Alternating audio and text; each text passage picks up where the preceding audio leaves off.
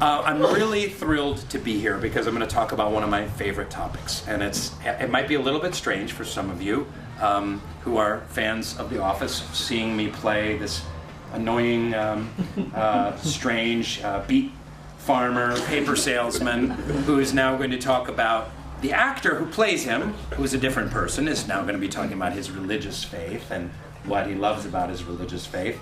And it's a very exciting time right now in the Baha'i community because this year is the 200th anniversary, the bicentennial of the birth of the founder of the Baha'i Faith, whose name is Bahá'u'lláh. And that name translates to the glory of God. So I'm going to be talking a little bit. I know some of you are Baha'is who probably know a lot more about the Baha'i Faith than I do. So my apologies to you. And some of you know zippo, nothing, nada about the Baha'i Faith, like Dari. So I'm mostly going to be addressing you guys who don't know anything about the Baha'i Faith, and specifically from the point of view of who was this personage, Bahá'u'lláh, because I like to refer to him as a spiritual revolutionary. His teachings, his life, his work, the movement, the worldwide movement that he started is a spiritual revolution. That's how I view it. So I just want to share a little bit that I know about Bahá'u'lláh, some perspectives on him, some perspectives on the Baha'i Faith, what the Baha'i Faith is, yeah, that's it. So I'm going to write the name out so you can see it here.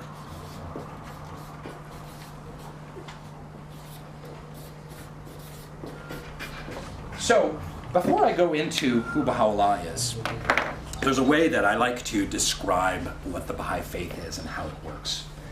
There's a wonderful word in English derived from, I believe, I'm going to say Latin, but it might be Greek, so I'm going to forget it. I think it's Greek, actually. And that word is cosmology. I don't know, is there a translation? Cosmology is an overarching philosophy. It's from cosmos, cosmosology, study of ology. Cosmos is the universe, study of the universe. So it's an overarching philosophy. Is there an Icelandic word that's similar to cosmology? Ring any bells? Sorry? Alheims. Alebs? Alheims. Alheims? A-L-H. That's cosmonaut. E-I-M. Yeah, so overarching philosophy, okay? So I want to go a little bit into what the Baha'i cosmology is, but before I do that, let's just look at some other, in a nutshell, some other cosmologies. So if you're an atheist, what's the atheist cosmology? This is interaction, we can have a conversation, that's right. What are some aspects of the atheist worldview? Anyone? Religion is redundant. Religion is redundant, sure, okay. There's no divinity. No divinity. We are here by chance. We're here by chance. Science is very important, right, in the atheist philosophy, and basically science is what we need to understand the world, that there was a big bang and there was elements and forces and energy and molecules that were formed, and then solar systems, and on this remote ball of dirt in this remote nondescript galaxy, there was evolution, there was a spark of life in the oceans, and evolution is a big part of what it is to be an atheist, kind of science versus unfounded belief, let's say. And and what else? We are essentially, life was created, first it was like shrimp, and then like lobsters, and then like bunnies, and then badgers, and then giraffes, and then humans, right? So there was evolution. And the only difference between us and apes is essentially we have bigger brains, we have greater cognition, so we can understand our deaths, we can create works of great art, we can fall in love in ways that animals can't. But this is a result simply of the evolution of our brains. Our brains have gotten bigger. And then when we die, what happens in this cosmology? Nothing. Nothing. That's it. Your consciousness goes out, it's like a light switch, boom, that's it, that's the end. And so there isn't any meaning in the universe other than whatever meaning that you decide to give it, right? So if your family is important to you and that gives you meaning, great. If working in nature gives you meaning, that's fantastic. Creating art gives you meaning and purpose, fantastic. So this is essentially the worldview, the cosmology of an atheist. What's the cosmology of Christianity? Return Just a of few little Christ. kernels. Yep. Return of Christ, rapture, going to heaven. Right. Rapture, return of Christ. You're starting at the end. Okay. Return of Christ. That Christ will come back. There will be a rapture, and that the believers will go to heaven. What else? Some other aspects of the cosmology. I'm boiling it into a nutshell, and there's 2,000 or 3,000 different sects of Christianity. So it's, of course, there's great differences. The physical form of Christ is the Son of God. Christ is the Son of God, right? So there was the Virgin Mary, and God put his seed into the Virgin Mary, and he gave his only Son to save the world, right? So Christ took the sins of humanity on his shoulders in his act of sacrifice of his life. He's absolved us of our sins. The only thing that we need to do is give ourselves to Jesus Christ. And after 3 days, he arose, went back to his Father, the triune God, the Father, the Son, and the Holy Spirit. This is how Christians understand God. And salvation awaits anyone if they're baptized and they give themselves over to Jesus. So 2 very different cosmologies. So let me go a little bit into what the Baha'i worldview, overarching belief system is. So in the Baha'i Faith, there is only one God, and this God, this creator, is worshipped by all the religions, essentially unknowable, an all-loving, all-seeing, creative force in this universe and in an infinite number of universes beyond this universe. So the greatness, power, majesty, and especially the mystery of God, whether you call it God, Allah, Jehovah, the Great Spirit, whatever you call it, there is only one God in the Baha'i cosmology, okay? Another aspect of the Baha'i cosmology is that this God, this creator, God, this arrow, in case you were wondering, this creator educates humanity spiritually through the ages, through the years, by sending divine teachers down with God's unfolding message.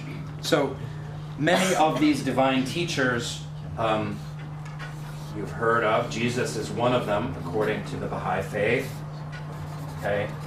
I know some of you can't read this. Moses, Abraham, the Buddha. These are Muhammad, Zoroaster, yes, several others, but the purpose of these divine teachers is to educate humanity spiritually. So just as we're evolving technologically, we're evolving materially. Think of it like iPhone updates, or different iPhones. So you had an iPhone 3S, and then then there was the 4 and the 5D, and then the 7 and the 8S, and every 6 months the technology changes, right? Or on your Apple computers you have Cougar, and then it's Mountain Lion, and then it's Tiger, Mountain Lily, or whatever the operating systems that keep updating and upgrading. Just as technologically your phones or your computers or your operating systems need to be upgraded, in the Baha'i cosmology, the Creator, God, sends down these divine teachers to upgrade the operating systems of humanity spiritually. So humanity right now in this day and age is quite materially successful for the most part, but spiritually pretty backwards still. If you look at some basic stuff like love and compassion and unity, some of these things. So these divine teachers came periodically through history, and they essentially agree. If you look at what they essentially said from the actual people themselves, are very much in alignment it's very, when you read the writings of the Buddha and the actual writings of Jesus, it's almost impossible to tell them apart. Some of the universal teachings, like the Golden Rule, runs through every single religion, right? So these are all divine teachers that come from one creator in this divine cosmology. You with me so far? Mm-hmm. So Baha'is refer to these divine teachers as manifestations. So, manifestations. Forgive me using this. I like writing on things. It's fun.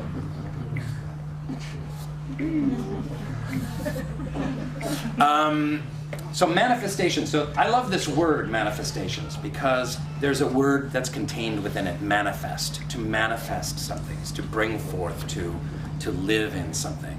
And these divine teachers, according to the Baha'i cosmology, are not just human beings. They're manifesting God. They're God made flesh on the planet, giving God's word to humanity for whatever the specific people, the time and the place that they were speaking to.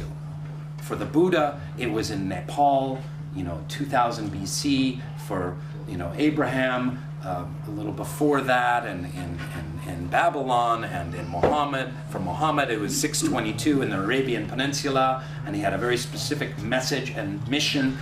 And for Jesus, he was speaking again to the Palestinian people, to the Jews in Judea at the year 0, right? So what happens is humanity, Dari and I were just talking about this earlier, humanity corrupts the pure and essential teachings of these divine manifestations. They build up institutions, clergy, and the essentially pure message of these divine teachers gets very corrupted over time, right? Islam became a very violent religion when its roots really were not. Christianity has splintered off. There's much division and judgment, and institutions can be very corrupt. And Baha'is believe that God will always refresh this message and send new divine teachers. So the newest divine teacher is Bahá'u'lláh. So how do I do this now? I'm going to get into a little bit more of Bahá'u'llah's teachings and his life, but that's essentially a little bit about the Bahá'í Faith. This is a concept that Baha'is call progressive revelation. So God is progressively revealing these spiritual teachings that humanity desperately needs. And Baha'is believe that Bahá'u'lláh is the most recent of these divine manifestations and has brought the word of God, the Creator, for humanity's spiritual maturation, for humanity's inevitable spiritual maturation, because we either destroy ourselves and our planet, or we grow up spiritually. And Baha'is believe that Bahá'u'lláh has brought a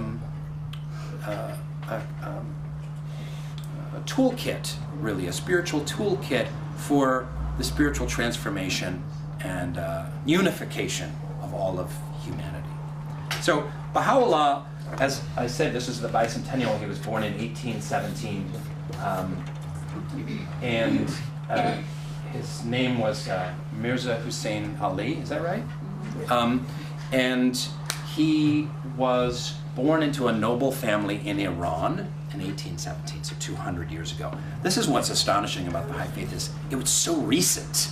Like, when I was a kid, a guy who had met Bahá'u'lláh came to stay with my grandparents, and he held me in his lap. So I was held, my grandparents were Baha'is, I was held in the lap by a guy who met Bahá'u'lláh when he was 17 years old. Like, this is a very, very recent thing. So it's extremely exciting. So Bahá'u'lláh was a nobleman in Iran, and he was always a very special child. As a young man, he eschewed, he turned his back on living the royal high life, because royalty in Iran back in those days were lauded as revered as gods on earth. And he was known as the father of the poor, and Bahá'u'lláh spent his childhood caring for the poor and feeding the poor and taking care of the poor. There's a beautiful story that I love about Bahá'u'lláh as a young man, which is some performers came for a royal wedding at their house, and they brought with them a giant puppet show, kind of like in Sound of Music. You know, up on the hill is a lonely goat. You know, that kind of thing, where they have the marionettes in a big puppet box. So they brought this big puppet box and they did this show, and it was about the Shah and people in the courts and the royalty, and they had a sword fight and someone died and the puppets all spoke to each other. And Bahá'u'lláh, as a young man, apparently, as a boy, just my son's age, was mesmerized by this puppet show. And so he watched them as they dismantled it, and he said, what's going on here? And they're like, this is the box, here's how we made the walls, and here's how we operated the puppets, and here's how all this stuff worked. And he had this kind of aha moment, this moment of great beauty, and saw that the world was an illusion, much like this puppet show. That these kings, in all their pomp and their glory, with their court power struggles of the court, were nothing but puppets, and it was all essentially an illusion, very much like the teachings of the Buddha. And this inspired Bahá'u'lláh in his life. Essentially, there was a movement that happened in Iran in the early 1800s called the Bahá'í movement. There was another one of these divine teachers called the Bab. I'm not going to go so much into him. The Bab, which means the gate, started a spiritual movement that spread like wildfire through Persia, through Iran at this time. Bahá'u'lláh was one of the earliest followers of the Bab. Within a year of the Bab declaring his mission, Bahá'u'lláh became a very active Babi, follower of the Bab as the Babi. He gave up his wealth. He turned his back on his position. And he was a follower of the Bab, believing that, well, I'm going to get to that later. In so doing, he set himself up for a life of pain and hardship and humiliation, because the Muslim clergy really did not like the Babi movement or the Bab. They put the Bab to death.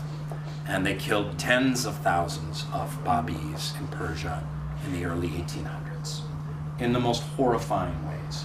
Stuffed them in cannons and shot them out of cannons, put lit candles into their flesh, just horrible means of torture. And Bahá'u'lláh was tortured, like many of the other early Babis were tortured.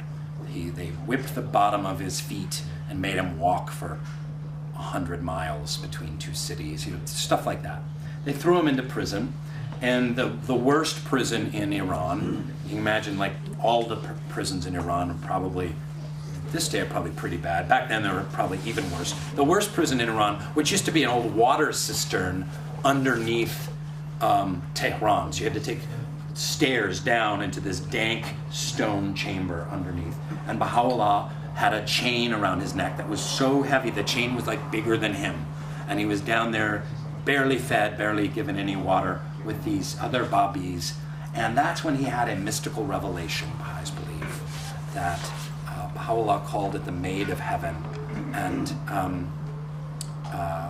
don't have the exact quote, but it goes something like, forgive me for paraphrasing, I was but a man asleep upon my couch when, lo, the voice of the Almighty raised me up between earth and heaven and taught me the knowledge of all that hath been. That he had this divine revelation, similar to Moses with the burning bush, similar to Jesus with the dove being baptized in the river by John the Baptist, similar to what Muhammad went through. He had a revelation where he understood that he was one of these divine manifestations of God.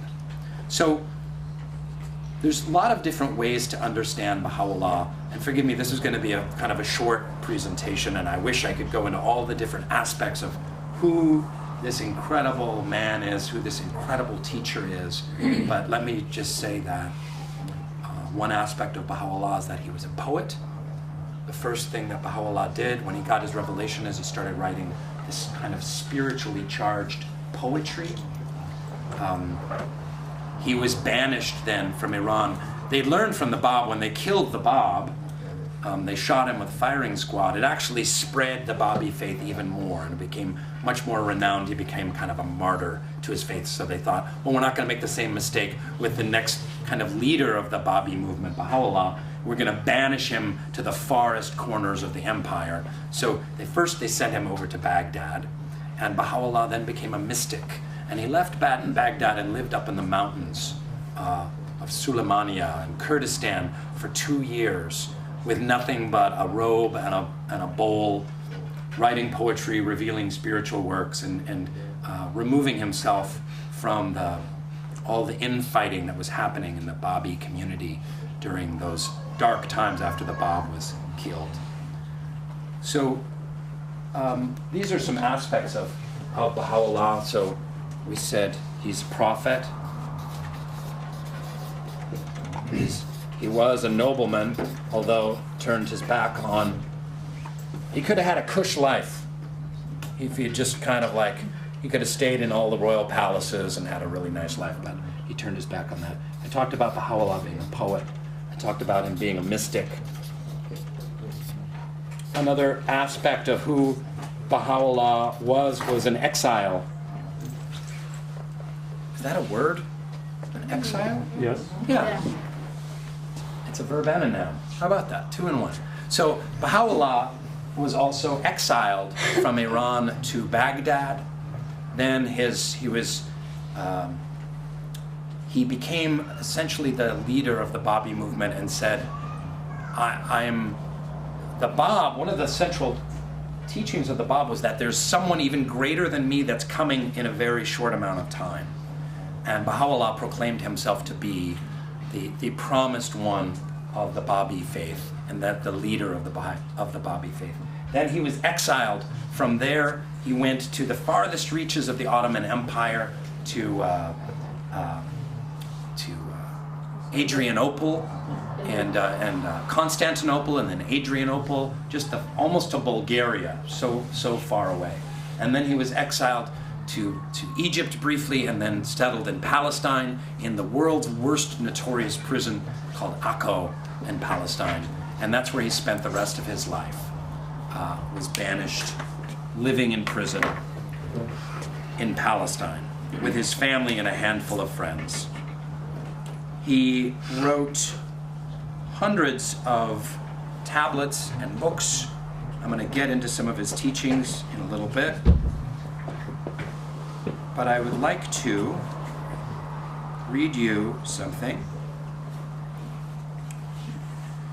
And that is, there was one Westerner who met Bahá'u'lláh in his lifetime, a famous scholar and Orientalist named E.G. Browne. And E.G. Browne documented the Bab and the Bahá'í Faith and the origins of the Bahá'í Faith, which came out of the Bahá'í Faith. And E.G. Browne wrote in his journals, essentially, what it was like meeting Bahá'u'lláh. Again, for a Bahá'í, in the Bahá'í cosmology, this is pretty awesome. It would be as if someone met Jesus and then wrote a journal about it, or someone met Muhammad and said, today I met this guy Muhammad who's doing all this with the tribes in Saudi Arabia, and like, it's a pretty, or I met the Buddha, and I went to his meditation class, and it was amazing. We did yoga together, and here's what it was like. So for a Baha'i, it's a pretty exciting thing. And he wrote just a very short little thing about it, but I just wanted to share it with you to give a sense. I passed the curtain and found myself in a large apartment, along the upper end of which ran a low divan, while on the side opposite to the door were placed 2 or 3 chairs. Though I dimly suspected whither I was going and whom I was to behold, for no distinct intimation had been given to me, a second or two elapsed ere, with a throb of wonder and awe, I became definitely conscious that the room was not untenanted. In the corner where the divan met the wall sat a wondrous and venerable figure, crowned with a felt headdress of the kind called a taj by the dervishes, but of an unusual height and make, around which was wound a small white turban. The face on him whom I gazed, I can never forget.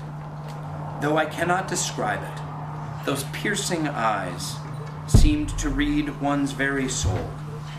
Power and authority sat on that ample brow, while the deep lines on the forehead and face implied an age which the jet-black hair and beard flowing down in indistinguishable luxuriance almost to the waist seemed to belie. No need to ask in whose presence I stood as I bowed myself before the one who is the object of a devotion and love which kings might envy and emperors sigh for in vain. A mild, dignified voice bade me be seated and then continued, "Praise be to God that thou hast attained. Thou hast come to see a prisoner and an exile." An exile, there you go. "We desire but the good of the world and the happiness of the nations, yet they deem us a stirrer up of strife and sedition worthy of bondage and banishment.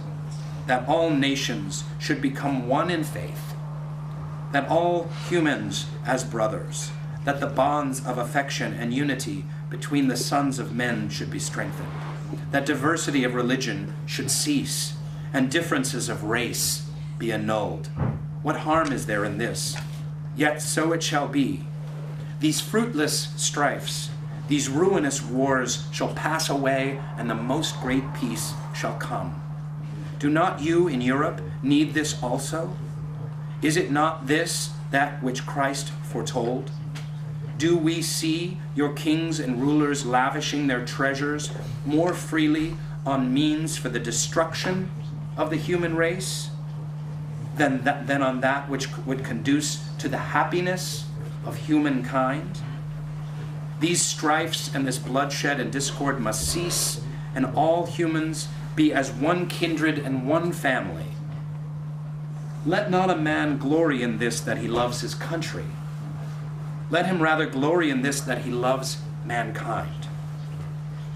Such, so far as I can retell," this is E.G. Brown speaking again, "were the words which I myself, besides many others, heard from Bahá'u'lláh. Let those who read them consider well with themselves whether such doctrines merit death and bonds, and whether the world is more likely to gain or lose by their diffusion." I think that gives a very nice perspective of meeting someone like Bahá'u'lláh. So,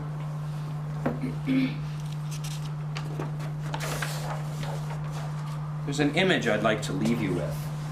I'll use a different color, just to mix it up. I'm crazy that way.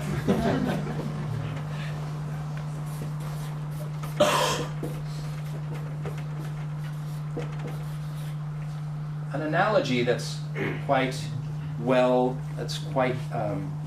it's used quite a bit in the Baha'i writings is that of the divine physician. And Bahá'u'lláh calls all those other divine teachers that I mentioned, Buddha, Krishna, Zoroaster, Muhammad, Abraham, divine physicians. So I'll read you a couple quotes about this concept.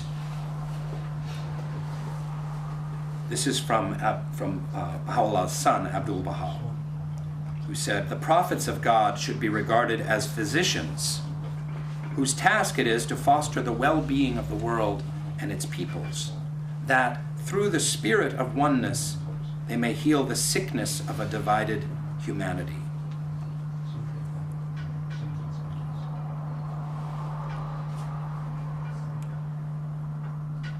Baha'u'lláh said, "The all-knowing physician hath his finger on the pulse of humankind. He perceiveth the disease and prescribeth in his unerring wisdom the remedy. Every age hath its own problem, and every soul its particular aspiration. The remedy the world needs in its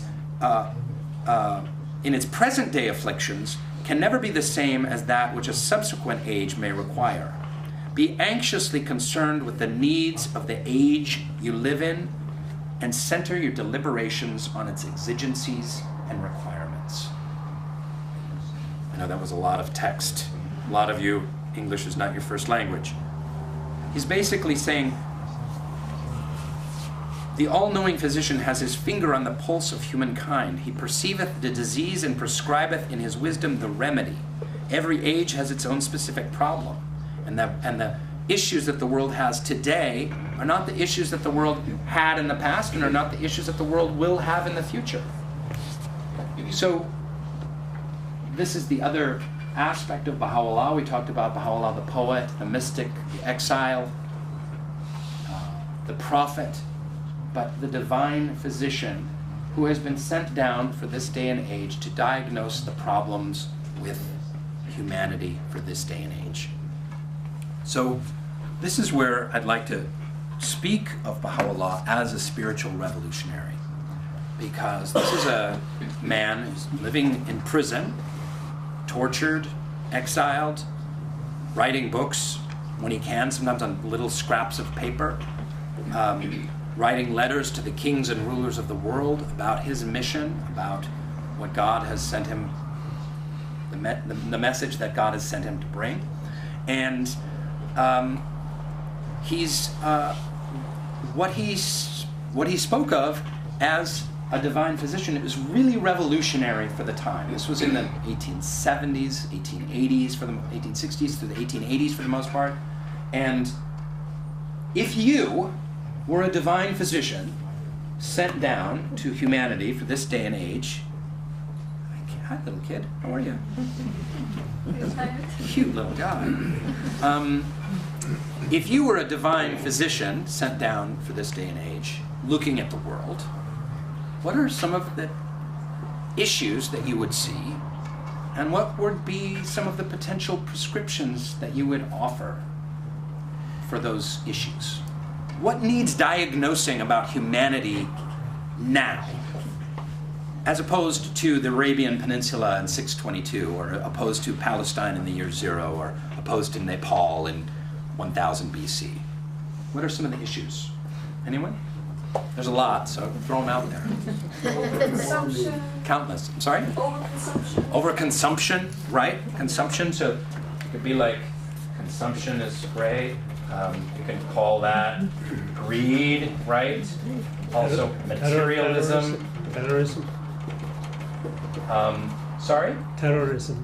Terrorism comes from Religious differences. religious disunity, right? Practical. Somebody mentioned Donald Trump here. I will say no comment there. Comes from and fanaticism, right? Religious fanaticism. What else? Possibility of annihilating the world. Yes, yeah, the stakes are very high, so Yeah. world annihilation. It's a political. Yeah, lack of spirituality in the world. Prejudice. So prejudice is a big one. Okay, so this is a big issue.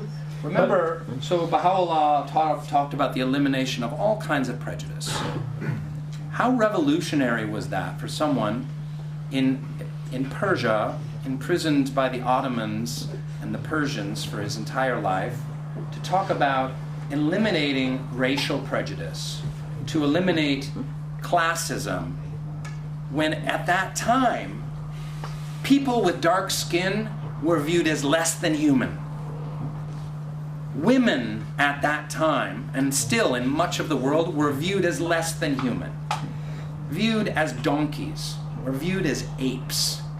So for a divine teacher in this period of time to say we need to eliminate that all of humanity is one human race, that all of the races are beautiful flowers of a garden, is a revolutionary spiritual concept, even for today, let alone 150, 170 years ago.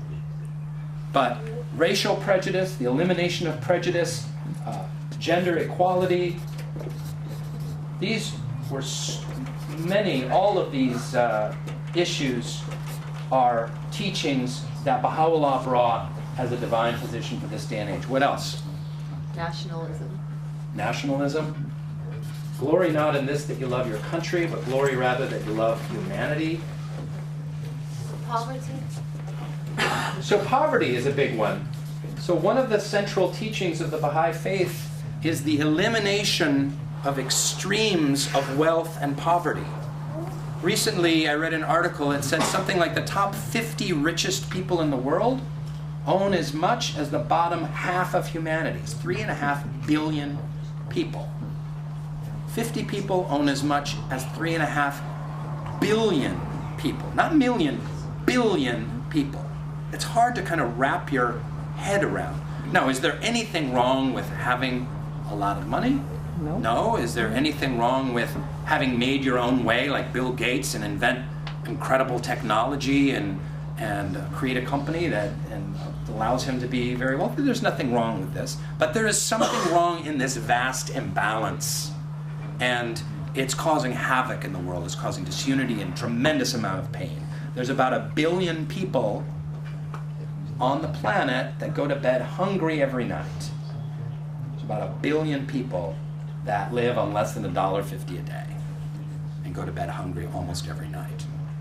My wife and I do programs in Haiti teaching girls, empowering young girls, and we do education and arts and literacy for girls. And most of the girls in our program have never in their lives eaten breakfast.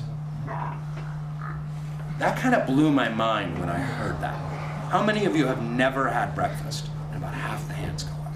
They'll have a glass of water for breakfast. Just to give you a little perspective about the kind of issues that we're dealing with poverty. If there's anything else, you can throw them up. This is plenty. One of Bahá'u'llah's central teachings. Harmony between religion and science. Harmony between religion and science, yes. That's another teaching of Bahá'u'lláh. You're a Baha'i, so you're kind of cheating a little bit. We see this tremendous divide right now between faith and science. Like, you're either a person of faith, and Jesus rode a dinosaur, and there's no global warming, or you're a person of science, and there is no God, there's no spirituality, you can't prove these things, so they don't exist, and there's this great rift. I don't know what it's like in Iceland, but in the United States, there's a huge divide between people of faith and people of science. And Bahá'u'lláh taught that these two forces were actually in great harmony, that science is how the material world works, and religion gives you moral values and gives one kind of a meaning behind it, why things are the way they are, and that they can work together in harmony. There doesn't need to be disunity between them. One thing is dirty water and lack of water. Lack of water? Yeah, it's very important, yes. Say access to education. Water, access to education, yeah. Oh, yeah. So these big issues, Bahá'u'lláh, as a divine physician, in his holy writings, deals with all of these things. So the Baha'i Faith is a very socially progressive religion in the teachings that Bahá'u'lláh brought. But here's the difference. There are many nonprofits and charities that work on all of these issues. Some work on gender equality, some work on racial prejudice, some work on water, some work on, no one works on materialism, some work on poverty. So there are many organizations that work on these things, but how are they trying to work? They're trying to work politically, they're trying to get petitions signed, they're trying to change laws of government, they're trying to raise awareness. Nothing wrong with any of those actions. Those actions are very, very important. And wherever you go around the world, you'll find Baha'is actively engaged in those kind of local dialogues and discussions and movements. But most importantly, to Bahá'u'lláh, and again I'm going to skip back into the cosmology of the Baha'i Faith, Bahá'u'lláh come from the one God, right? The one religion. I didn't really say that.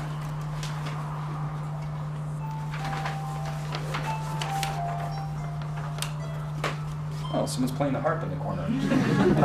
That was God.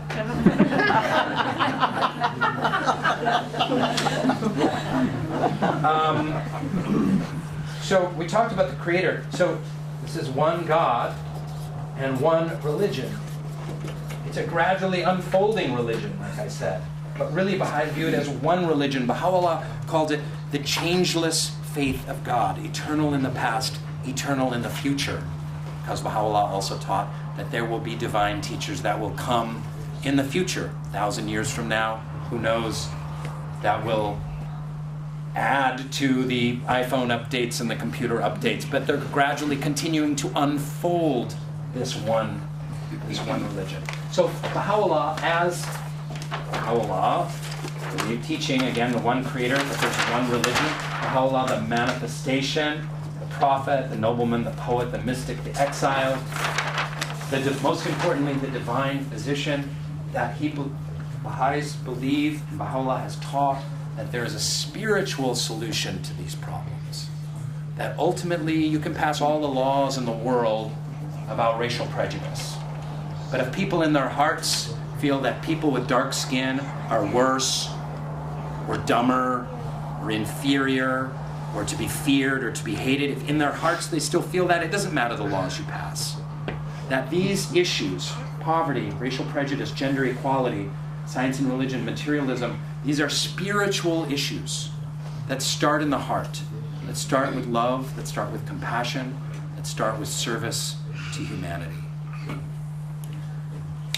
So that's pretty much what I wanted to say. I'd love to leave some time for any questions that you might have.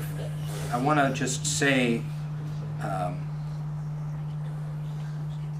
couple of things. You guys diagnosed the issues of the world very well, and excellent. You're all excellent little divine physicians in your own way, so good for that. I just want to talk a little bit about, there's 5 or 6 million Baha'is around the world. Iceland has a beautiful Baha'i community here. I come from Southern California. There's a lot of Baha'is there. It's the largest religious minority in Iran, because that's where it started. But it's the second most widespread religion all around the globe. You'll find Baha'is wherever you go. You go to Tonga or Guam or Madagascar or the Netherlands or Honduras. You name it. No matter where you go, you'll find Baha'i communities. And my wife, who became a Baha'i around 10 years ago or so, she would always ask me, well, Rainn, what do Baha'is do? Like, I get it. I get what you believe. What are they doing? What are they actively engaged with? What are the actions that Baha'is are actually doing? This all sounds very nice and airy-fairy and lovely, but is there any meat on the bones? What are you actually doing? And so there are some things that Baha'is do all around the world. No matter where you go in the world, you'll find Baha'is doing some things. Number one is that one of the spiritual solutions to these issues is Bahá'u'lláh talks about the importance of service. That service is the highest station of humanity. And this is something that it's really important to understand, whether you're a Christian, whether you're an atheist, whether you're a Baha'i, whether you're an agnostic and you have no idea, that the world needs our service. The world needs our work. The world needs people to not just take care of their own comfort and their own happiness. That's kind of the way it is in the United States right now. People kind of feel like, hey, listen, as long as I take care of my family, I have a nice life, I'm happy, as long as I'm not hurting anybody else, great. And that's it. And it stops right there. But we're getting to a place in the world where that's just not going to cut it anymore. That for humanity to progress spiritually, no matter what you believe, we need to turn our efforts towards service to the people that have less. No matter what area you want to devote yourself to the environment, or whether it's education, or it's healing racial prejudice, or eliminating the extremes of wealth and poverty in various ways. Whatever it is that you care most about, wherever you go in the world, you'll find Baha'is in service to humanity, beyond just seeking their own material comfort. Hopefully.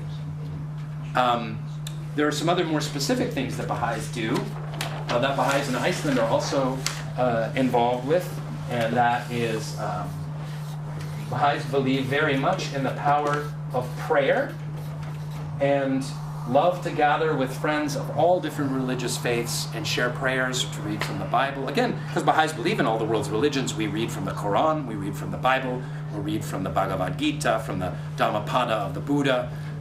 We read all the holy writings, but we love to have devotional gatherings. Baha'is believe very much in the power of prayer, that this Creator responds to prayer, that prayer has an effect, that it opens hearts. So you'll find those.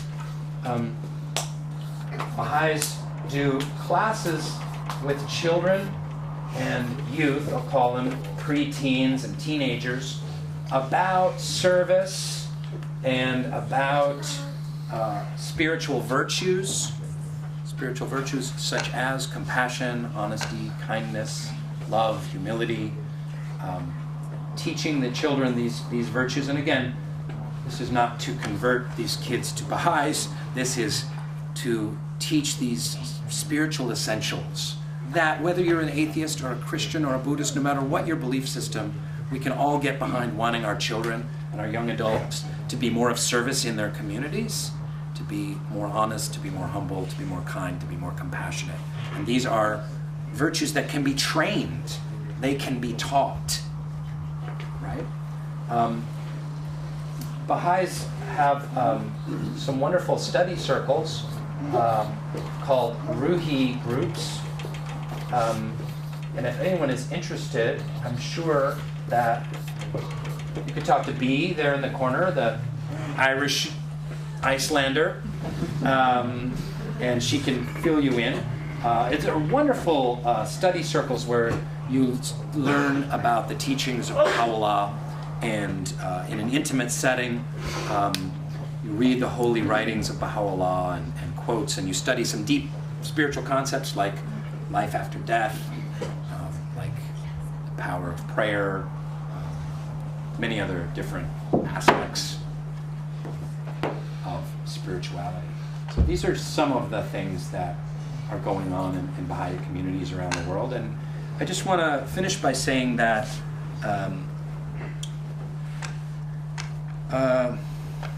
what do I want to finish by saying? Did I cover everything? Kind of.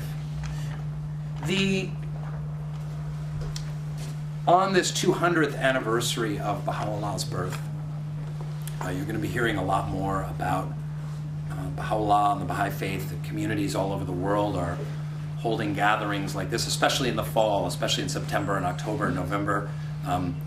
That's when you guys will be doing some more activities around commemorating Bahá'u'lláh, letting the world know about who we believe Bahá'u'lláh is. And listen, bottom line is,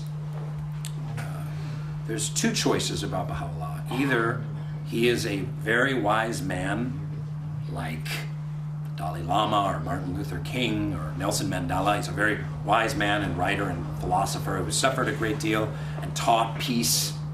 Or the other option is that Bahá'u'lláh is who he says that he is a divinely inspired manifestation of God for this day and age, that he is a divine physician sent down to diagnose the problems of the world today, and that he speaks essentially with the mouthpiece of God for this day and age. So those are essentially the two choices. Whether you believe one or the other, it doesn't really matter. I encourage you to learn more about Bahá'u'lláh, to read his teachings, to read his writings, to read about his life, to learn more about him. Whether you believe he's simply a wise man like many other wise men, it's perfectly fine for you to believe that, or whether you believe that he, as Baha'is do, that he holds a special spiritual station. I would just ask you, beyond Wikipedia, to move a little bit farther, to read more about Bahá'u'lláh, the prayers that he wrote. There's a beautiful book called The Hidden Words that has very tiny little meditations that are spiritual meditations filled with great spiritual power, kind of the distillation of all of spirituality in this one tiny little book. But he wrote hundreds of books and tablets and letters, and there's a great deal of stuff on the web about it. I would encourage you to investigate Bahá'u'lláh, to think about his life on this, his 200th anniversary. So thank you very much for letting me speak to you.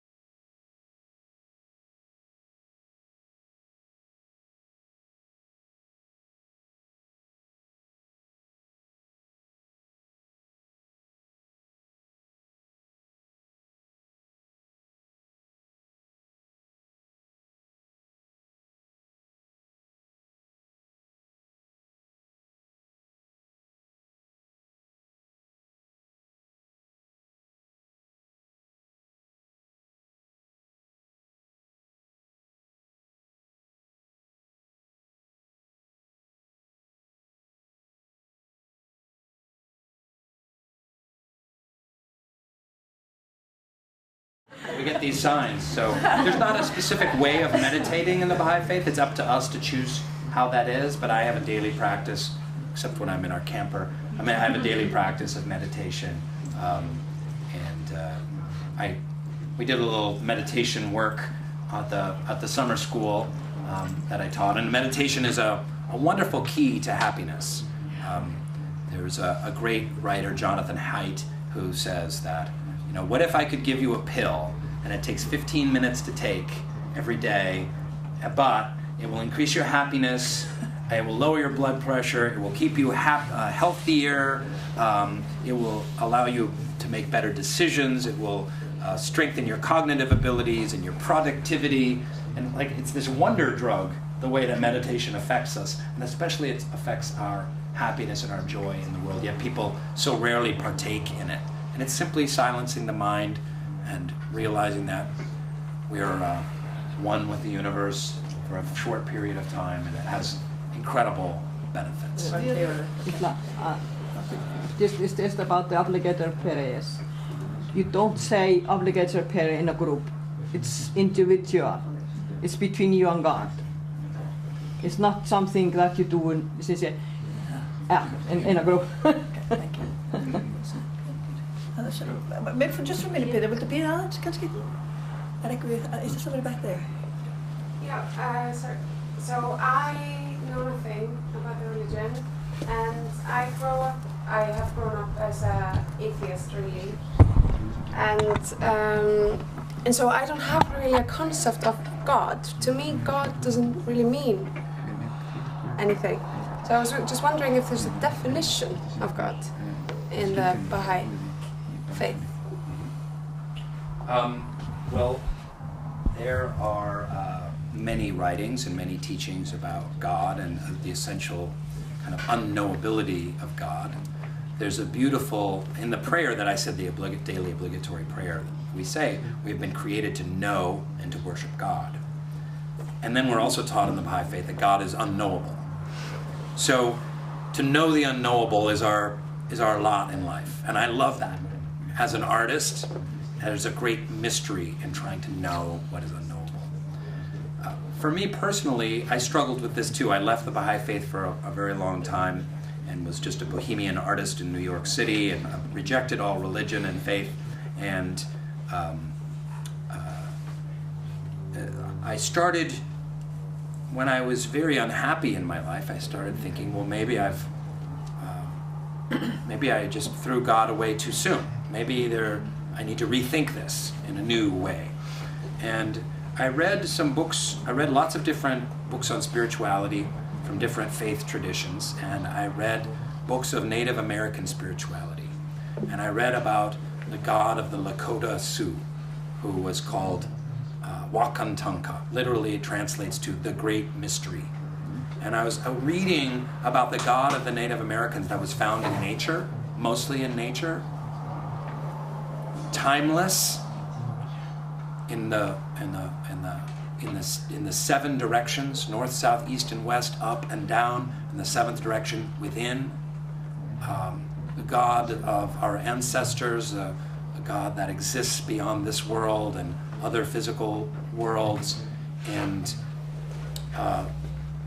that's when the lights went on for me, when I realized, I could have a conception of God in my own understanding, very similar to this Native American idea of the great mystery. And the mystery of being, the mystery that is science, that is beyond science, that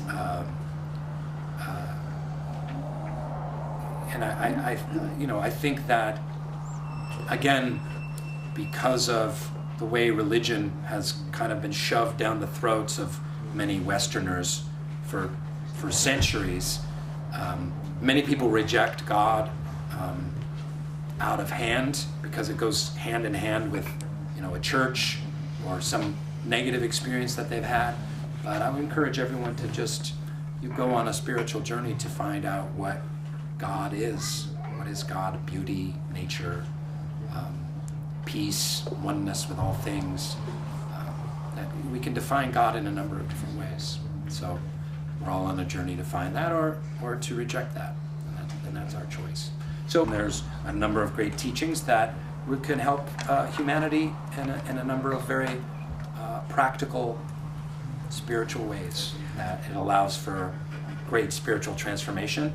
And I just want to say again too, Christian or atheist or agnostic or whomever you are, Baha'is would love to just work with you and hand in hand and try and make the world a better place, whether it's teaching children, praying together, working on making our communities better. This is not about becoming Baha'is. You're certainly welcome to become a Baha'i if you'd like, but that's not really what this is about. Everywhere around the world, we're trying to bring people together, unite people. And I know in Southern California, it's really beautiful because a lot of the work we do, especially with youth, inner city youth, in service projects with youth, we work with atheists and we work with Catholics and people of different belief systems, Muslim kids running groups. And it's not about like becoming a member of a religion necessarily. It's about working together to make the world a better place. That's what Bahá'u'lláh, the divine physician, has brought us. So thank you very much.